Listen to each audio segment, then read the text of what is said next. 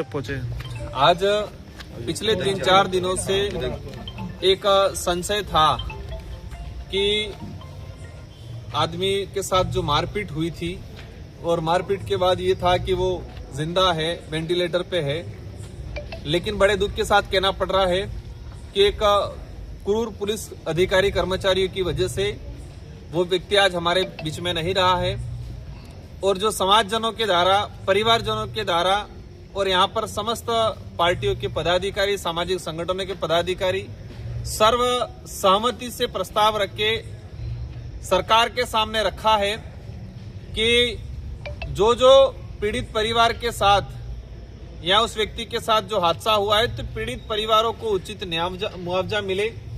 मांग थी कि जो संबंधित थाना है उस थाने के पुलिस अधिकारी जो था और जो कांस्टेबल थे, जो जिम्मेदार लोग थे, उनको निलंबित बर्खास्त किया जाए, हमारी मांग थी। लेकिन पुलिस प्रशासन ने भी उनको निलंबित किया है।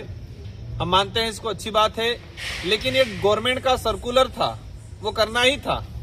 फिर भी हम कहते हैं अच्छी बात है। मेन बात ये है कि उस पीड़ित परिवार को राज्य सरकार, क्योंकि सरकार का फेलियर है, ये मानना पड़ेगा, सरकार को इसको स्वीकार करना पड़ेगा। और सरकार की तरफ से मुआवजा देने की जो बात है, पीड़ित परिवारों की तरफ से, सभी समाजजनों की तरफ से पीड़ित परिवार को 1 करोड़ और सरकारी नौकरी मिले, ये मांग चल रही थी, ये चर्चा चल रही है। समाजजनों ने भी कहा है कि चलो ठीक है, छोटा मोटा थोड़ा कम हो सकता है।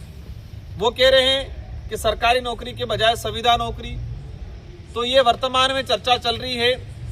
लेकिन समाजजनों और परिवारजनों का कहना है कि जब तक उचित मुआवजा नहीं मिलेगा, धरना जारी रहेगा।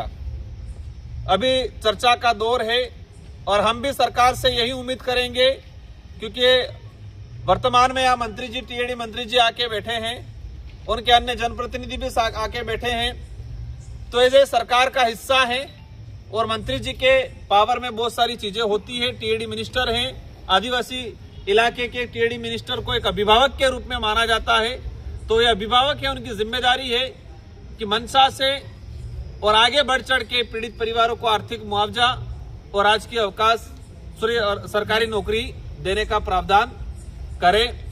हम उम्मीद है कि चर्चा सार्थक होगी, और जब तक यह सार्थक चर्चा नहीं होगी और जब तक हमें आश्वासन लिखित या मंत्री जी की तरफ से मौखिक आश्वासन नहीं मिलेगा, तब तक ये वर्तमान में धरना जारी रहेगा। इन्हीं शब्दों के साथ सभी साथियों को कहाँ तक समझौता वार्ता कहाँ तक पहुंची, रकम कहाँ तक पहुंच पाई सरकार की ओर से? आज जो मुआवजे की बात चल रही है उसके पीछे उद्देश्य ये है कि परिवार को आर्थिक संबल मिले। 18-19 साल का बच्चा था, युवा लड़का था। हम एक छोटे से पेड़ को अंकुरित करके बड़ा करते हैं, छायादार बनता है। अगर उस पेड़ को भी कोई गिरा दे तो हमें तकलीफ होती है, क्योंकि उस पेड़ को बड़ा करने में उस परिवारजन या जिसने पेड़ लगाया था उसने मेहनत किया था। अब बच्चा पैदा होके 18 साल तक, 19 साल तक बच्चा पढ़ रहा था, उसका आने वाले 60-70 साल तक अपना जीवन था। तो हमारा यह है कि आप उसको नजरअंदाज नहीं करें। तो वर्तमान में जो बच्चा था और पीड़ित परिवारों को जो उचित न्याय जो है, तो सरकार का कहना है कि सरकारी कुछ योजना है, उसमें कुछ जो रूटीन में जो स्कीम के तहत जो बजट मिलता है वो देंगे। इससे आगे की चर्चा भी चल रही है, फाइनल डिसीजन नहीं हुआ है। लेकिन हम चाहेंगे कि उस बात को गंभीरता से ले सरकार, और कहना है कि एक बार ज्यादा दे दिया तो आगे परिपाटी बन जाएगी, मतलब ये है कि आगे और काटना होगी, ये हो गया।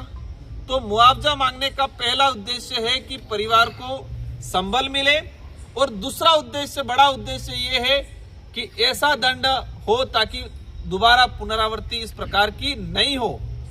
ये 2 उद्देश्य हैं इस मुआवजा मांगने के पीछे। आज की वार्ता समाप्त हो गई है, अभी और चलती रहेगी किस तरीके की चर्चा वार्तालाप जारी है, और जब तक कहे कि जो जिस तरीके से मुआवजे की बात चल रही है, अगर उस पर सार्थक चर्चा नहीं होगी तो धरना जारी रहेगा।